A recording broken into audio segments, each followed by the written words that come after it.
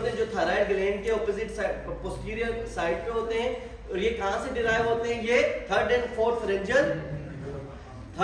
Pharyngeal pouch से ये बनते हैं, ठीक है। Third and fourth pharyngeal pouch से क्या बनते हैं? आपके पैराथायराइड ग्लैंड बनते हैं, ठीक है। जो सुपीरियर होते हैं वो फोर्थ फेरेंजियल पाउच से बनते हैं, जो इंफीरियर होते हैं वो थर्ड फेरेंजियल पाउच से बनते हैं। अब इनका काम क्या होता है? इनका काम सिंपल है भाई, पैराथायराइड हार्मोन सिक्रीट कराना। और पैराथायराइड हार्मोन का क्या काम होता है? ये कैल्शियम को ब्लड में ज्यादा कर देता है। इसका मतलब ये हुआ कि जब भी कैल्शियम कम होगा तो पैराथायराइड हार्मोन ज्यादा हो जाएगा, जब कैल्शियम ज्यादा हो जाएगा तो पैराथायराइड हार्मोन कम हो जाएगा। क्लियर है हम यहाँ तक? This is how normal, how it works normally. और दूसरा ये काम क्या करता है कि कैल्शियम को रीअब्सॉर्ब करवाता है। कहां से? जीआईटी से, किडनी से, बोन से भी निकलवाता है इनको, और ये PO4 को एक्सक्रीट करवाता है। ये भी इसका बड़ा इंपॉर्टेंट काम है। What is PO4? फॉस्फेट की एक्सक्रीशन करवाता है ये किडनी। कैल्शियम एब्सॉर्ब करवाता है, फॉस्फेट को एक्सक्रीट करवाता है। तो हाइपर पैराथायराइडिज्म की वजह से क्या होगा? हाइपर कैल्सीमिया और हाइपोफॉस्फेटेमिया। अब एक मैंने आपको एक बात बताई थी कि एंडोक्राइनल एब्नॉर्मैलिटीज में जब कभी भी प्राइमरी का वर्ड यूज होगा, इसका मतलब है कि वो उस ऑर्गन में मसला है। सेकेंडरी मतलब वो मसला किसी और ऑर्गन की वजह से इस ऑर्गन को इन्वॉल्व किया जाता है। तो let's talk about this thing. Parathyroid hormone में दो डिजीजेज है, एक हाइपर पैराथायराइडिज्म है और एक हाइपोपैराथायराइडिज्म है। Hyper parathyroidism could be primary और सेकेंडरी। अब प्राइमरी हाइपर पैराथायराइडिज्म किस वजह से होता है? Parathyroid secreting adenomas. किसकी वजह से? Parathyroid hormone secreting adenomas. और ये भी MEN के साथ एसोसिएटेड होते हैं, ठीक है। MEN2 के साथ ये और MEN3 के साथ एसोसिएटेड होते हैं, ठीक है। पैराथायराइड सिक्रीटिंग एडिनोमा क्या होगा जब प्राइमरी हाइपरथायराइडिज्म हो जाएगा? प्राइमरी हाइपरथायराइड, हमने एक बात की थी थोड़ी देर पहले कि अगर कैल्शियम कम होगा तब पैराथायराइड को ज्यादा होना चाहिए, ऐसा ही है ना। इसमें क्या होगा? कैल्शियम भी ज्यादा, पैराथायराइड हार्मोन भी ज्यादा। अब ये तो गलत बात है कि नहीं, क्योंकि हमें तो यही कहा गया था कि जब कैल्शियम कम होता है तब पैराथायराइड हार्मोन ज्यादा होता है, और जब कैल्शियम नॉर्मल लेवल पे आ जाता है, अपने लेस देन 11 पे आता है, 10.8 से लेस पे आता है, जब उसकी नॉर्मल वैल्यू है, नॉर्मल रेंज है, उस पे आता है, तो तब PTH वापस सप्रेस हो जाता है भैया, नेगेटिव फीडबैक मैकेनिज्म। अब प्राइमरी हाइपरपैराथायराइडिज्म में जिसमें एडिनोमास बनते हैं, इसमें क्या होता है? पैराथायराइड हार्मोन बढ़ जाता है, कैल्शियम भी बढ़ जाता है, फास्फोरस कम होता है, फॉस्फेट कम होता है, लेकिन सप्रेस नहीं होता पैराथायराइड हार्मोन। हालांकि इसको सप्रेस हो जाना चाहिए कैल्शियम के ज्यादा होने की वजह से। क्यों? क्योंकि ऑलरेडी एक एडिनोमा है जो एक्सक्रीट किए जा रहा है, किसको? ठीक है। और अब अगर यहां पर सेकेंडरी हाइपरपैराथायराइडिज्म हो जाए, वो किसकी वजह से होता है? किडनी में मसला होने की वजह से। किसमें मसला होने की वजह से? CKD। तो इसमें क्या होता है? इसमें CKD में ये होता है कि फास्फोरस जो होता है ना, वो रिटेन हो जाता है, वो एक्सक्रीट नहीं हो पाता। ये फास्फोरस कैल्शियम के साथ मिलके कैल्शियम फॉस्फेट का बॉन्ड बना देते हैं। क्या बना देते हैं? कैल्शियम फॉस्फेट का बॉन्ड बना देते हैं। कैल्शियम का लेवल कम हो जाता है बॉडी में, जिसकी वजह से ज्यादा पैराथायराइड हार्मोन सिक्रीट होने लग जाता है। तो लैब वैल्यूज हमारे पास क्या आएंगी? Increase parathyroid hormone, decrease calcium और इंक्रीज फॉस्फेट। समझ आ गया आप लोगों को? यहां तक समझ आई इस बात की? अब हाइपरपैराथायराइडिज्म का पेशेंट प्रेजेंट कैसे करेगा? इंक्रीज कैल्शियम का पेशेंट प्रेजेंट कैसे करेगा? इसमें एक होता है साइकिक मोन्स, यानी कि साइकेट्रिक डिस्टर्बेंस होगी, bone psychic moans, abdominal groans और renal stones. Good. Psychic moans, abdominal groans और रीनल स्टोन्स, ठीक है। यानी कि नेफ्रोलिथेसिस होगा इस पेशेंट में।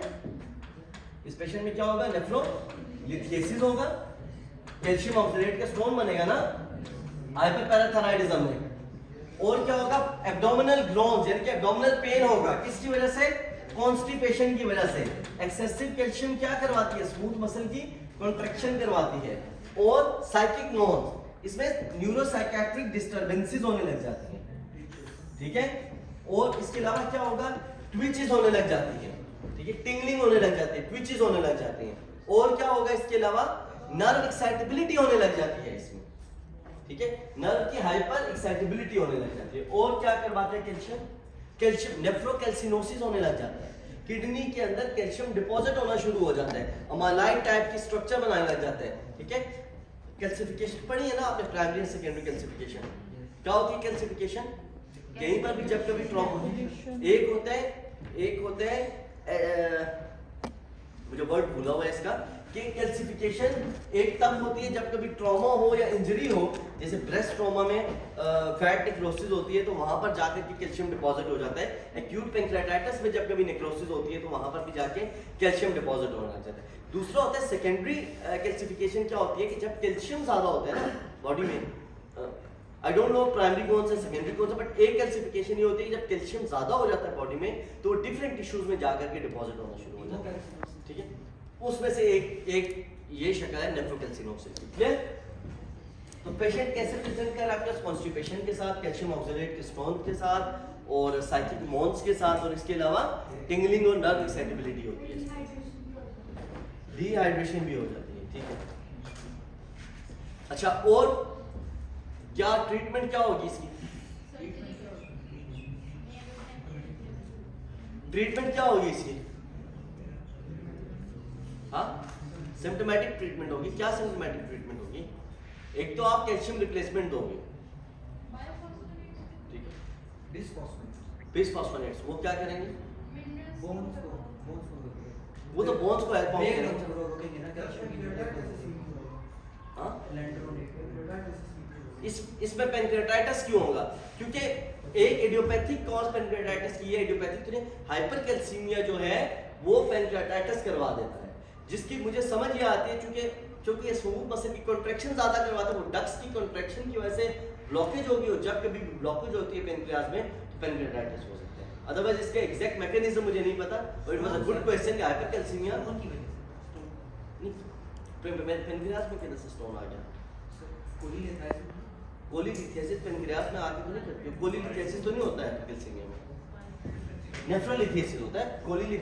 कोलीलिथियासिस एक्सेसिव बाइल, हाँ वो भी हो सकता है, और कैल्शियम फॉस्फेट के स्टोन हो सकते हैं बिल्कुल, वो भी, लेकिन वो हेड को आकर के अगर, हाँ दूसरी रीजन उसामा ये बता रहा है कि अगर कोलीलिथियासिस यानी कि जो कोली के स्टोन्स हैं वो अगर आकर के पेनक्रियाज जो कोमल बाइल डक्ट है उसको ब्लॉक करे तो उसकी ब्लॉकिंग की वजह से एक्यूट पेनक्रेटाइटिस हो सकता है। अच्छा, नेक्स्ट इज सबसे इसकी जो मेजर, देखो कॉज क्या थी इसकी, पैराथायराइड सिक्रेटिंग एडिनोमा, तो सर्जिकल एक्सिजन करेंगे उसकी हम सबसे पहले, और बाकी हम सिम्टोमेटिक ट्रीटमेंट देंगे, ठीक है। फास्फोरस की यानी कि क्लीशन करा देंगे, एक्सक्रीशन करा देंगे हम, और क्या कहते हैं उसको, नहीं इसमें तो प्राइमरी ट्रीटमेंट की बात बता रहा हूँ कि इसमें पैराथायराइड सिक्रेटिंग एडिनोमा है तो फास्फोरस इसमें लो होगा और कैल्शियम हाई होगा, तो कैल्शियम हाई होगा प्राइमरी में। प्राइमरी हाइपरपैराथायराइडिज्म में क्या होता है, कैल्शियम हाई है ना, हाँ कैल्शियम हाई है और पैराथायराइड हार्मोन भी हाई है, ठीक है। तो इसको हम क्या करते हैं कि कैल्शियम को हम फिर लो करेंगे, ठीक है, कैल्शियम चिलेटर्स दे करके, ठीक है। और दूसरा हम क्या करेंगे, पैराथायराइड सिक्रेटिंग एडिनोमा है तो उसकी हम सर्जिकल एक्सिजन करेंगे, क्लियर। अब दूसरा जो है वो किडनी वाला मसला, उसमें हम डायलिसिस करेंगे किडनी की, पेशेंट का डायलिसिस करेंगे और डायलिसिस की वजह से भी इलेक्ट्रोलाइट्स नॉर्मल होना शुरू हो जाते हैं। दूसरी बात ये है कि उसमें हम उसमें भी कभी कभी पैराथायराइड की एक्सक्रीशन कर देते हैं, क्योंकि इसमें एक डिजीज है जिसको कहते हैं ऑस्टियाइटिस सिस्टिक फाइब्रोजा, यानी कि बोन्स को इतना खा लेता है ये हाइपरपैराथायराइडिज्म कि बोन डीमिनरलाइज हो जाती है, बहुत वीक हो जाती है, ठीक है। तो उस वजह से भी हमें पीटीएच की पैराथायराइड ग्लैंड्स की सर्जरी करनी पड़ जाती है, क्लियर।